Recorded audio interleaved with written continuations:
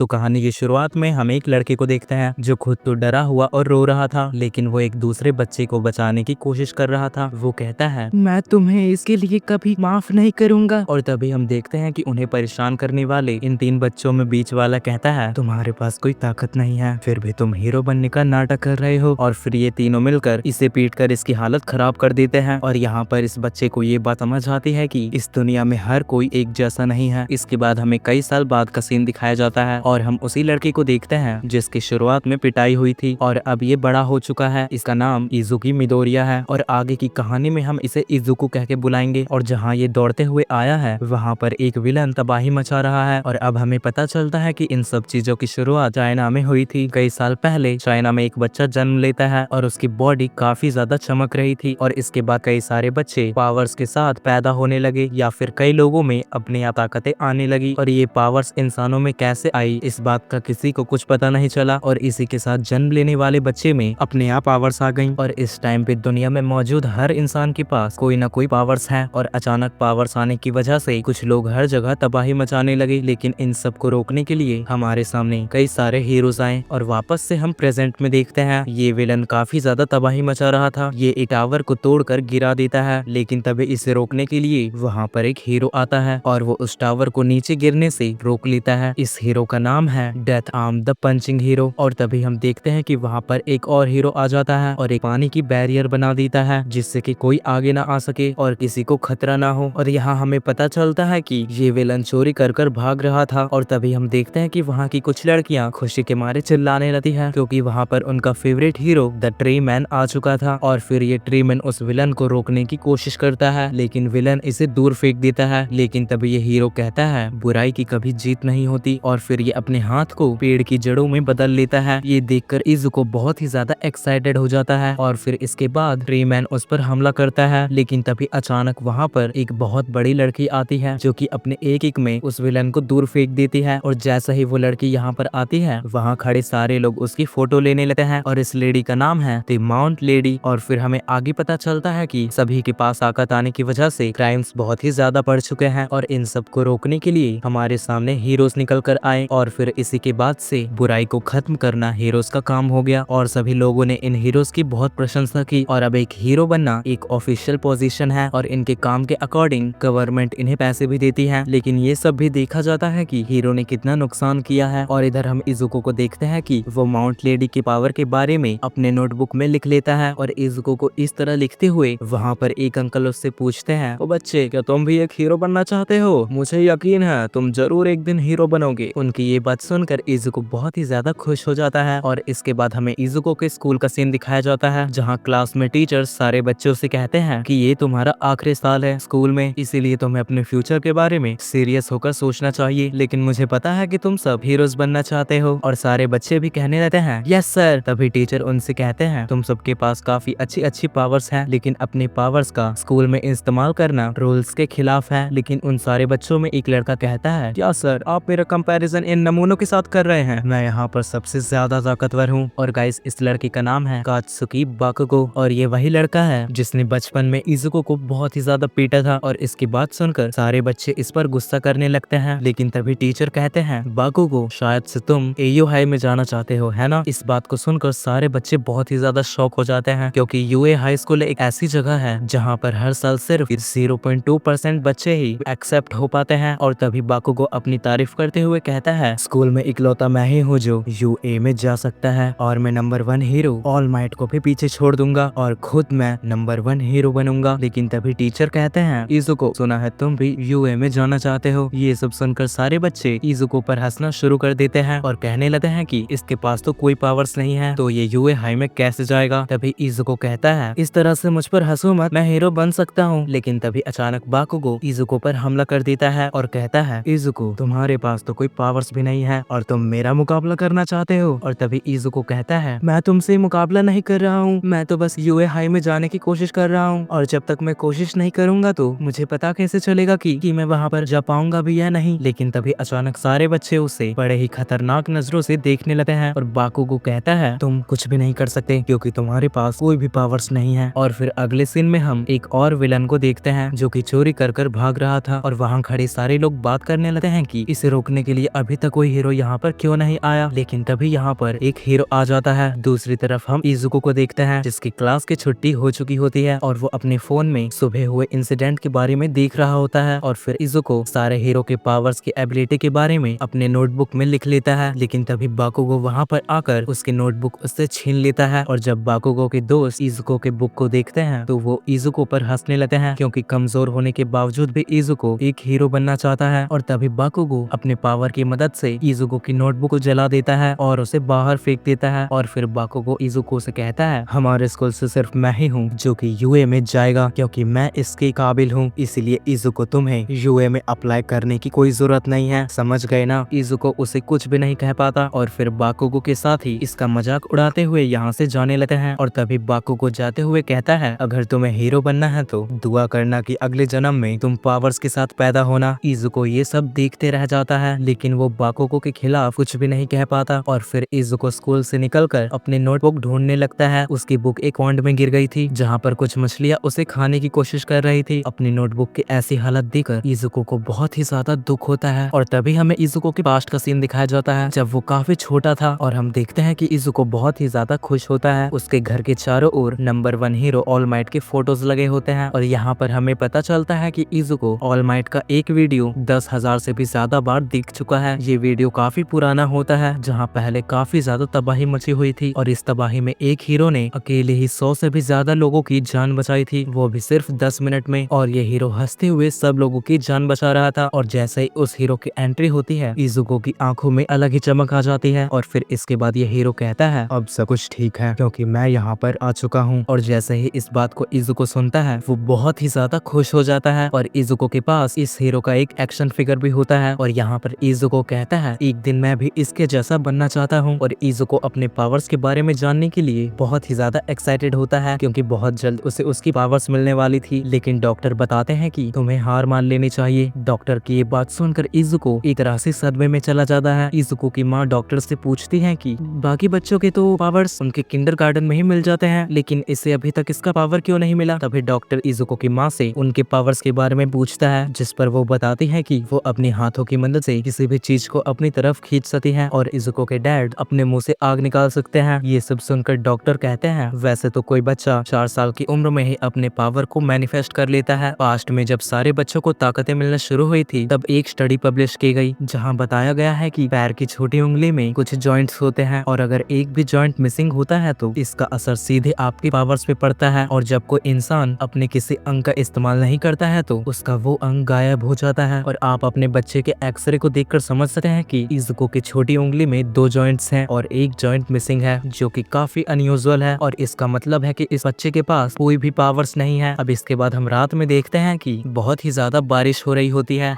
इजुको अपने कमरे में अकेला बैठा होता है। वो ऑल माइट के उसी वीडियो को अभी भी देख रहा था। और तभी इजुको अपनी मॉम से पूछता है, मॉम ये हमेशा हंसते हुए सबकी जान बचाता है, चाहे लोग किसी भी परेशानी में हो। वो कितना कूल हीरो है ना? क्या मैं भी इसके जैसा बन सकता हूँ एक हीरो? इजुको की ऐसी हालत देखकर उसकी माँ उसके पास जाकर कहती है, मुझे माफ कर दो इजुको, मुझे माफ कर दो। और तभी प्रेजेंट वाला इजुको यहाँ पर कहता है, नहीं माँ नहीं, मैं उस वक्त आपके मुंह से ये नहीं सुनना चाहता था। और फिर इसके बाद प्रेजेंट में इजुको एक जगह पर आता है और फिर वो खुद से कहता है कि मैंने डिसाइड किया था कि मैं ये करूंगा, चाहे लोग इसके बारे में कुछ भी सोचे, मैं ये करूंगा। और फिर इजुको हिम्मत करके खुशी से आगे बढ़ने लगता है। लेकिन तभी वो अपने पीछे देखता है और उसके पीछे एक कीचड़ वाला विलन होता है। इजुको इसे देखकर बहुत ही ज्यादा घबरा जाता है और उससे भागने की कोशिश करता है, लेकिन वो विलन इसे पकड़ लेता है और फिर वो इसके शरीर को पाने की कोशिश करने लगता है। इजुको को सांस लेने में बहुत ही ज्यादा दिक्कत हो रही थी। वो कीचड़ को अपने मुंह के पास से हटाने की कोशिश करता है, लेकिन वो ऐसा नहीं कर पाता। और तभी ये विलन कहता है, तुम्हारी वजह से अब मेरी जान बच जाएगी। वैसे मैंने कभी सोचा नहीं था कि मैं इस शहर में कभी आऊंगा। और इजुको सांस ना लेने की वजह से अपनी पूरी ताकत खो चुका है। उसे लगने लगता है कि आज उसका आखिरी दिन है। और तभी उसकी नजर उसकी नोटबुक पे पड़ती है जिसमें उसने एक हीरो की ड्राइंग बनाई थी। और यहाँ इजुको बोलने की कोशिश करता है कि कोई तो मेरी मदद करो। और अगले ही पल हम देखते हैं कि वहाँ पर एक हीरो की एंट्री होती है और ये कोई और नहीं बल्कि नंबर 1 हीरो ऑल माइट होता है। ऑल माइट को देखकर ये विलन उस पर हमला करता है, लेकिन उसके हमले से बचते हुए ऑल माइट उस पर अपने टेक्सास स्मैश से हमला करता है और उसके इस पंच से इतना ज्यादा विंड प्रेशर क्रिएट होता है कि वो विलन वहीं पर खत्म हो जाता है और इजुको उसके चंगुल से आजाद हो जाता है। वो अपनी आंखें खोल कर देखता है कि उसके सामने ऑल माइट है, लेकिन इजुको यहाँ पर बेहोश हो जाता है। और फिर हम इधर देखते हैं कि ऑल माइट उसे जगाने की कोशिश करता है, और जब इजुको जागता है तो वो ऑल माइट को अपने सामने देखकर बहुत ही ज्यादा घबरा जाता है। और यहाँ पर ऑल माइट कहता है, मुझे माफ करना बच्चे, मेरे फाइट के बीच में तुम गलती से आ गए, लेकिन मैं यहाँ पर पहली बार आया हूँ, जिसकी वजह से मुझे कुछ ज्यादा पता नहीं था, लेकिन तुमने मेरी काफी ज्यादा मदद की। और हम देखते हैं कि ऑल माइट ने उस विलन को एक बॉटल में बंद कर दिया है, लेकिन इजुको नंबर 1 हीरो ऑल माइट को देखकर वो बहुत ही ज्यादा पागल हो जाता है और उसका ऑटोग्राफ लेने के लिए अपने आसपास कुछ ढूंढने लगता है। तभी वहाँ पर उसे उसकी नोटबुक मिलती है, और जैसे ही वो उसे खोलकर देखता है तो ऑल माइट ने पहले से ही अपना ऑटोग्राफ दे दिया होता है, इसीलिए इजुको ऑल माइट का शुक्रिया अदा करने लगता है। तभी ऑल माइट कहता है कि मैं इस बॉटल को पुलिस के हवाले करने जा रहा हूँ, कभी और हम वापस से मिलेंगे। इसके बाद ऑल माइट यहाँ से जाने के लिए तैयार होने लगता है, लेकिन इजुको कहता है, ऐसी कई सारी चीजें हैं जो मैं तुमसे पूछना चाहता हूँ। और फिर जब यहाँ से जाने के लिए ऑल माइट यहाँ से छलांग लगाता है तो आधे आसमान में पहुँचने के बाद वो देखता है कि इजुको उसके पैर से चिपका हुआ है और वो भी उसके साथ आ गया है। ऑल माइट उसे दूर करने की कोशिश करता है। तभी मिजुकी कहता है, अगर मैं यहाँ से अभी गिरा तो मैं मर जाऊंगा, इसीलिए अब ऑल माइट इजुको को पकड़कर आगे जाने लगता है। लेकिन तभी हम देखते हैं कि ऑल माइट के मुंह से खून निकलने लगता है। अब इसके बाद ऑल माइट एक बिल्डिंग पर आ जाता है। इजुको की हालत बहुत ही ज्यादा खराब हो चुकी होती है, और फिर ऑल माइट यहाँ से भी जाने लगता है, लेकिन मिजुको उसे रोकने की कोशिश करने लगता है, लेकिन ऑल माइट नहीं रुकता है। और यहाँ पर इजुको को अपने माँ और डॉक्टर की बात याद आती है कि उसकी माँ सिर्फ उससे माफी मांगती रही, और बोकुगो ने भी इससे कहा है कि इसके पास कोई पावर नहीं है और ये कभी भी हीरो नहीं बन पाएगा। और इसी वजह से अब इजुको को भी लगने लगता है कि शायद से ये सब सच है, लेकिन फिर भी मैं। और तभी हम देखते हैं कि इजुको ऑल माइट से पूछता है, मेरे पास कोई पावर्स नहीं है तो क्या फिर भी मैं एक हीरो बन पाऊंगा? क्या पावर्स के बिना भी मैं आपकी तरह हीरो बन पाऊंगा? और गाइस, यहाँ पर ऑल माइट के साथ जो इजुकी की मुलाकात हुई है, इससे इजुको की पूरी किस्मत बदलने वाली है, जो कि हम अगले वीडियो में देखेंगे। तो गाइस, अगर वीडियो पसंद आई तो वीडियो को लाइक करके चैनल को जरूर सब्सक्राइब करना और कमेंट में पार्ट 2 जरूर से लिख देना। तो मिलते हैं नए वीडियो में, तब तक के लिए बाय।